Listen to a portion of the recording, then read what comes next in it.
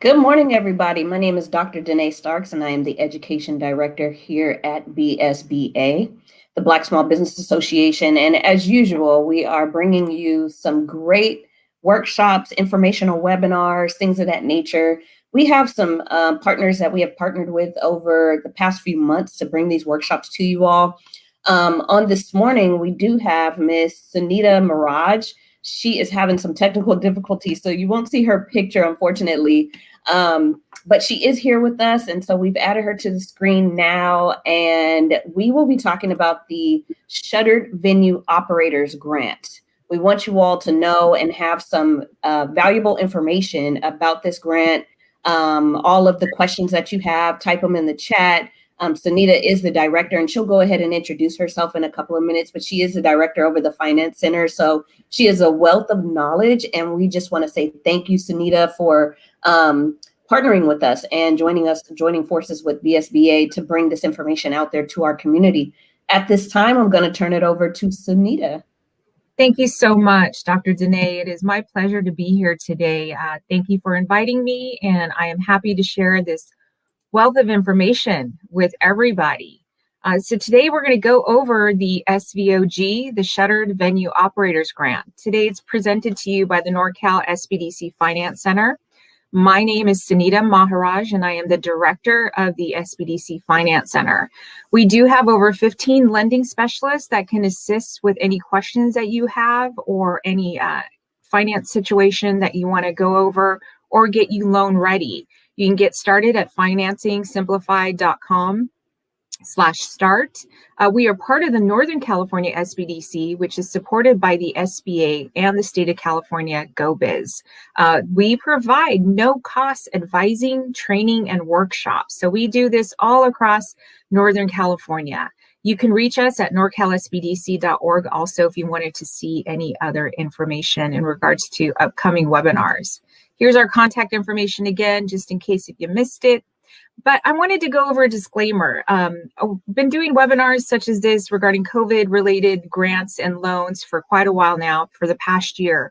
Things are changing all the time. This is something I wanted to let you know. Things could be tweaked a little bit, changed. The portal could be open, the portal could be closed. It's something that we're having to deal with. So the information that I have for you today was current as of last night. And this information is provided in this webinar as a supplementary materials provided to you all today. Our agenda. Summary of federal and state grant loans. I wanted to go over that briefly before we jumped into the program details. Who can apply, eligibility for this, for the live venue operators, venue specific requirements, eligibility for promoters, talent reps, museum operators, motion picture theater operators, live performing arts organization, and grant amount, allowable use of funds and non-allowable use of funds, guarantee record keeping, and how to apply. Here's a summary of what's going on with other federal and state assistance right now. The PPP loan, first and second draw, the deadline to apply is May 31st. So if you have not applied yet, please do. You can go to your local lender and see if they are lending with the PPP. If you need some lender information, you can reach out to us. And I believe the BSBA also has a list that they can provide you as well of lenders that are still lending. I do want to let you know that that money is running out. I don't know if it'll continue to the deadline. So if you're thinking about it, you haven't done it yet, please do so as soon as possible. The California Relief Grant, they went through the last round. There's going to be a sixth round, April 28th through May 4th. If you've already applied, there's no need to reapply. If you haven't applied yet, it'll open up on the 28th. So please apply then. Idle loan limits have increased to over $500,000. So if you receive the previous maximum of $150,000, you may still be qualified to apply for additional funds there. The Restaurant Reinvestment Fund. Program guidance located on SBA.gov. It is not opened yet, but they did go live with the guidance on this last Saturday. So I wanted everybody to know that information. We're also going to have a webinar with the SBDC tomorrow to go over all the details on that. Program details on the SVOG. Application portal currently is closed. It did open up on the 8th, but it was only opened up for 1 day. Unfortunately, the system did go down. SBA ODA aims to open this portal by the end of this week. You can still go online, and you can still get your you can still go online at this point in time, though.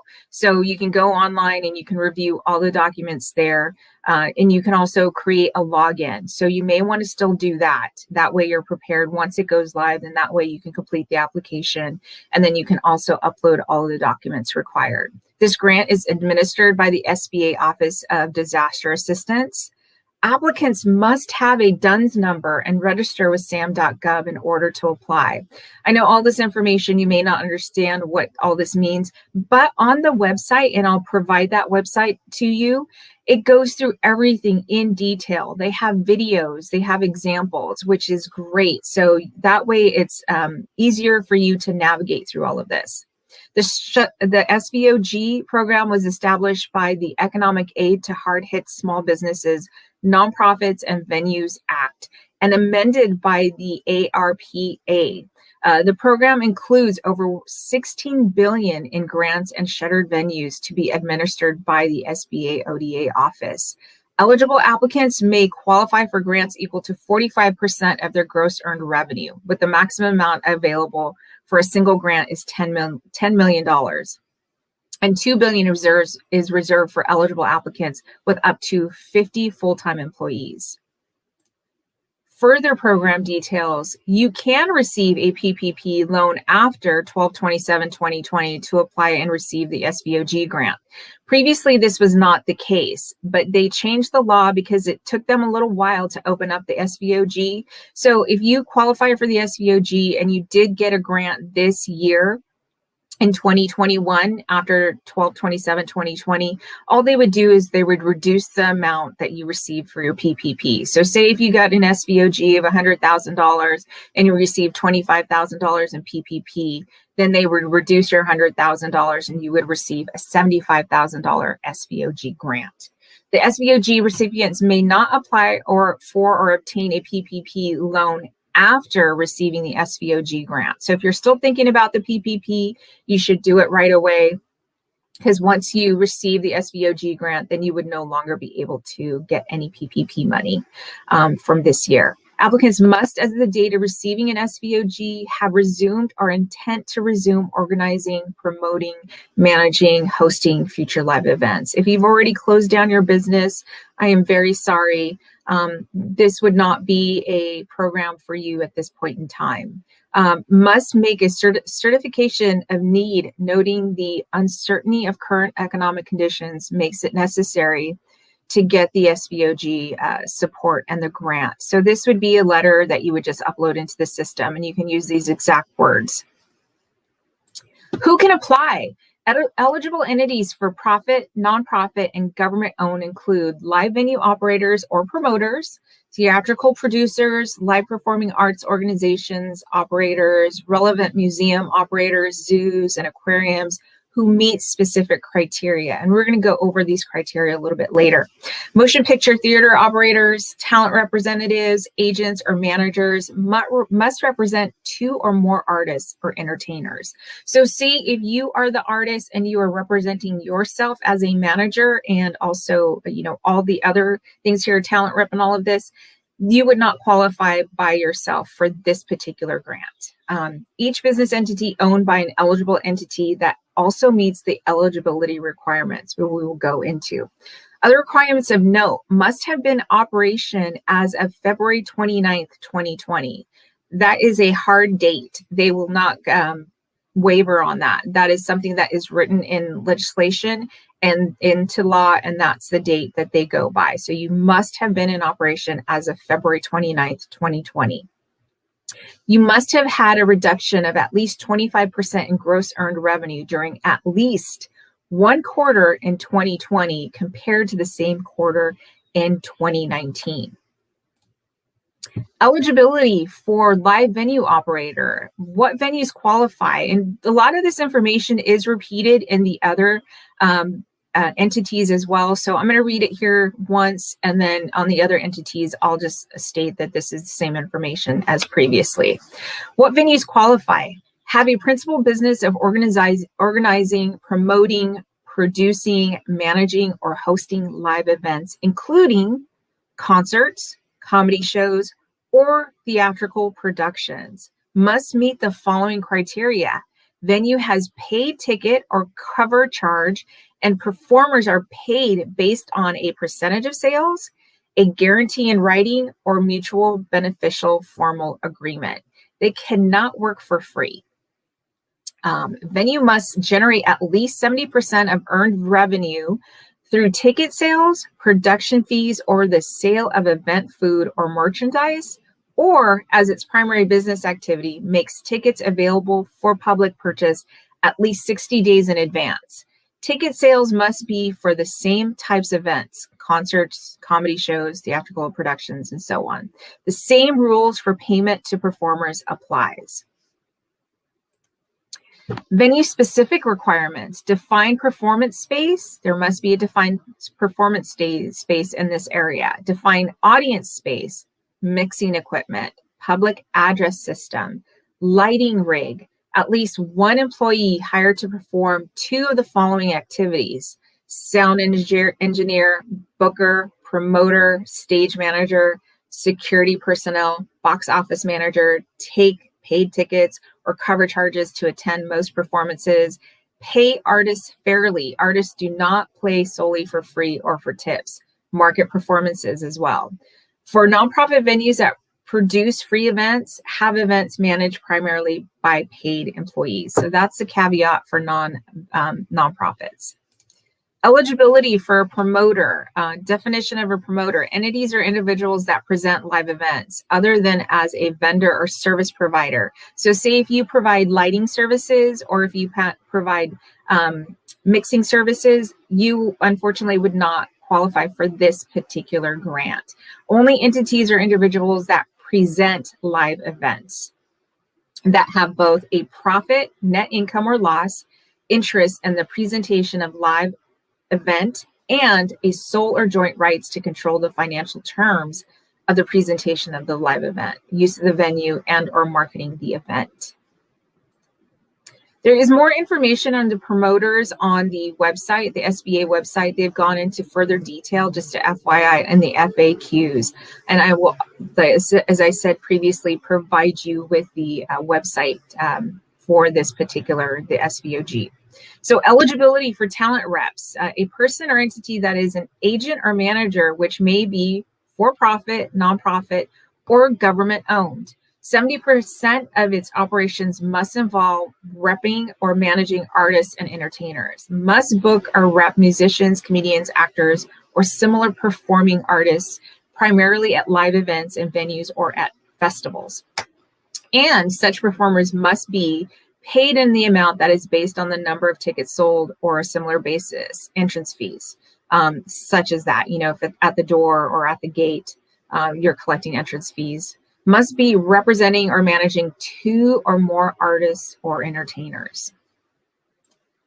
If you are a museum operator, I'm just going to go really briefly through this because in our areas, it doesn't seem like we have many museum operators, but this goes into detail, and so does the website. So if you need this information, we can always get it to you as well. So museums that operate a public, tribal, or private nonprofit agency or institution organized on a permanent basis for essential education, cultural heritage, or aesthetic purposes. So please note, museums that operate as a public, tribal, or private nonprofit, you have to be a nonprofit museum.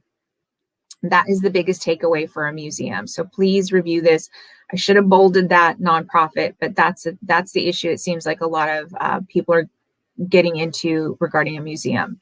So examples of qualifying museums include, but are not limited to, aquariums, botanical gardens, art museums, children's museums, general museums, historic houses, historic museums, nature centers, natural history and anthropology museums, planetariums, science and technology, specialized museums, zoology, and parks. These are places that I love to go to when I am out of my city and also in my city. So If you are operating one of these, please reach out if you still have questions in regards to this or if you need additional assistance.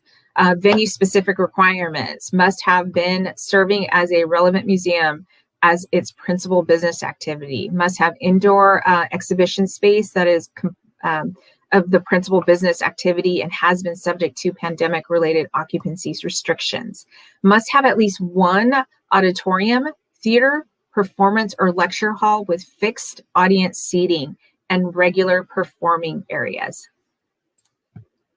Eligibility for a motion picture theater operator. I think we'll have more of these in our area as well. Definition of the motion picture organization: an individual or entity that owns or operates one or more places of public accommodation for the purpose of screening motion pictures for a fee. Facility requirements: have at least one auditorium that includes the picture screen, fixed audience seating, have a projection booth or space containing at least one motion picture projector. Additional requirements: requires paid ticket for entrance and advertises showing via mass mailings, website, or social media. Eligibility for performing arts organizations. So define of live organization, arts organization operators, an entity including a theatrical management business, which meets the criteria established under the EAA and whose principal business activity is to create, produce, perform, and or present live performances for audiences in the qualifying venues, including amphitheaters, concert halls, auditoriums, theaters, clubs, festivals, and schools. Have a principal business of organizing, promoting, producing, managing, or hosting live events, including concerts, comedy shows, or theatrical productions that meet the following criteria. And this is the same criteria as we've stated before in the very first entity. Eligibility for performing arts organizations and operators. What are venue-specific requirements? These are the same requirements as before too with the other entity: defined performance space, audience space, mixing equipment, public address system, lighting rig, at least one employee hired to perform any of these following activities. For nonprofit venues that produce free events, have events managed primarily by paid employees. What is going to be your grant amount? Grant amounts will reflect either the following instances. For an eligible entity in operation on January 1st, 2019, grants will be for the amount equal to 45% of their 2019 gross earned income revenue, or $10 million, whichever is less. For an eligible entity that began operation after January 1st, 2019, will be for the average monthly gross earned revenue for each full month you were in operation during 2019. And then you will multiply that by 6, and that will be your grant amount, or $10 million, whichever is less. How can you spend this money once you receive it? So you can use it for payroll costs, you can use it for rent, utility, schedule mortgage payments that include but it does not include prepayment or prepayment of the principal. Scheduled debt payments, not including prepayment of principal on any debt incurred in the ordinary course of business prior to February 15, 2020. Worker protection expenditures, so your PPEs, payments to independent contractors not to exceed $100,000 in annual compensation per contractor. Other ordinary and necessary business expenses, including maintenance costs, admin costs, state and local taxes and fees, operating leases in effect as of February 15th, 2020, insurance payments, advertising and production, transportation, capital expenditures related to producing or theatrical or live performing arts production may not be primarily use of funds is here. So you'll have to spread it out to everything here. When you sign up, when you complete your application, they're going to ask you to, if you were able to get $45,000, you would have to then put it in your budget what that $45,000 would be paid, will be used for. And these are some of the categories that you can use it for. So this is where you would plug it in. Guarantees may not use award funds to buy real estate, make payments on loans originated after February 15, 2020, make investments or loans, make contributions or other payments to or on behalf of political parties, political committees, candidates for election, any other use prohibited by the administrator. Record keeping for this program. You will be required to maintain documentation demonstrating the compliance with the eligibility and other requirements of the SVOG program. They must retain employment records for 4 years following the receipt of the grant and retain all other records for 3 years. I would suggest retaining everything for 4 years, so that way you don't have to remember which was 3, which was 4. How to apply. Those who have suffered the greatest economic loss will be first applications processed under the following schedule, but everyone can apply once the portal opens up. The first priority period is going to be the first 14 days. The grants will go to entities that suffered a 90% greater revenue loss between April 2020 and December 2020 due to the COVID pandemic. Second priority, which is the next 14 days, entities that suffered 70% or greater revenue loss. Third priority, beginning day 28 and days after, and the second priority awards made entities that suffered a 25% or greater earned revenue loss. Supplemental funding available after all priority periods have passed. Recipients of first, second, and third priority round awards who suffered a 70% or greater revenue loss for the most recent calendar quarter. The SVOG application. The SVOG application can be, you can access it located at sba.gov. The form number, SBA Form 3515, Shuttered Venues Grant Application. You can also search SBA Form 3515. FAQ is a great resource for questions you may encounter. Say you are a promoter, say you are a different entity and you have more questions that need to be answered. I would go to that FAQ and see if your answers are there. They have done a great job of updating that information, and I believe there will be more updates coming soon. Here's a little copy of what the application looks like. All the eligibility requirements that I just went through, if you're in that particular entity, it's going to ask you to certify that information. So the takeaway from here today is I want to let you know you can only apply once and the decision made stands. So please be very careful and triple check your information before you hit the submit button. You can save your application without submitting the application. So if you are not sure if you answered the question correctly, please go ahead and just save it. Double check your information, triple check, quadruple check. I don't want you to not get this grant because you mistakenly answered a question or you didn't provide them the documents that were needed. It's not like other loans where they ask you for certain information if it was not correct. This is something, it's a grant. So whatever information that you put in there, you're not really going to have a chance to correct any of that information. So your banking information, your, what type of business that you have, are you a Schedule C? Do you file a 1065? These different things here, you have to make sure all that information is correct.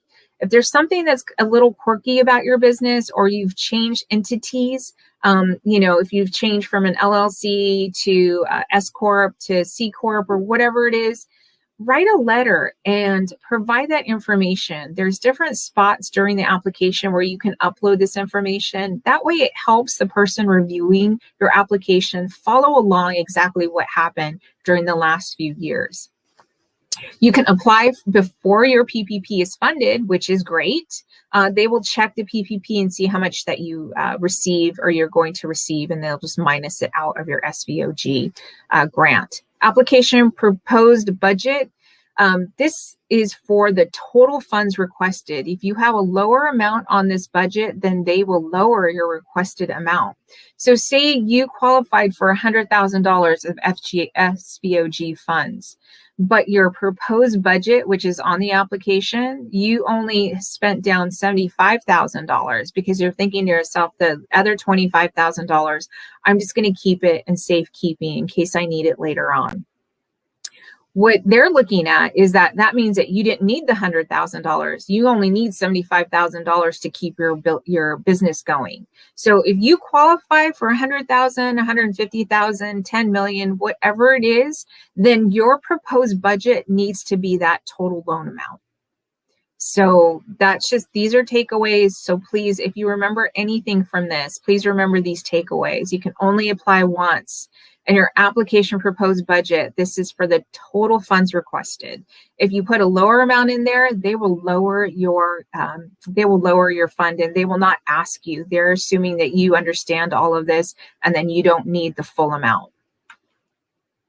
Here are some upcoming webinars for us. For the Finance Center at the SBDC, here's some information. If you wanted to see some of our older webinars, we do have a library, and all the information is here that you can get onto. I can also provide this deck to Dr. Danae, and she can share it with you as well if you would all like. So do we have any questions?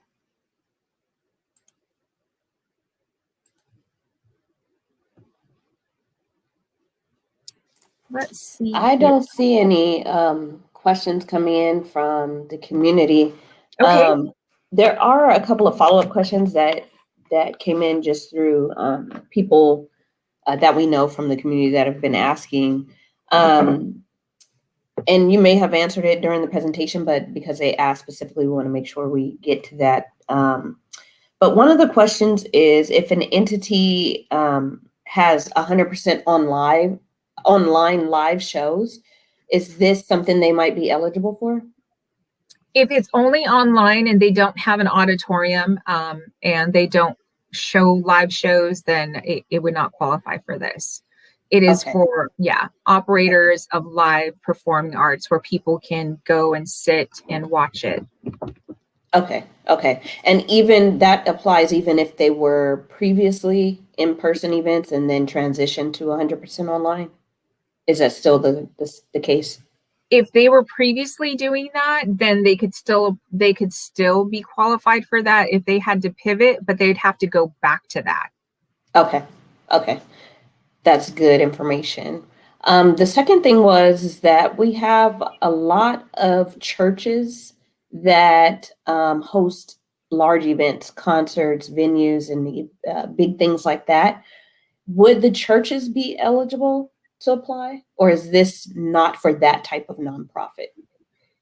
It would have to be their first line of income. So that would have to be your business. Your business would be promoting live events. Okay. That is it. We see you early. It says she got on late, so she's going to probably have some questions later. So when you do have them, just send them over to us early. We appreciate you for watching. If there's any other questions, please type them into the chat. While Sunita is here, we'll get the expert responses. Thank you, Sunita, for such a thorough presentation. The community has said that thank you for sharing, because there's not enough information that is shared in a way that we can all understand. So thank you so much for your presentation and for it being very simple and understandable and very clear what the guidelines are. Absolutely. It's my pleasure. I have to read it this way. I put it together this way because it's just the easiest way to present it to everybody. And there's so much information out there about all the different disaster loans and grants that it does become very confusing. Yeah, definitely. Well, I don't see any more questions coming in through the chat. If we get some, we'll definitely contact you. At this time, I just want to say thank you. Thank you to Sunita. Thank you to the SBDC for partnering with us. And stay tuned for more coming from our partnership. We're going to be having a webinar on the Restaurant Revitalization Fund and some other opportunities for you all to learn as a community and help our small businesses out there. So if there's nothing else, we'll call it a day and give you back your day. Enjoy the rest of your morning and have a great day, everyone. Thank you so much. Take care, everybody. You too.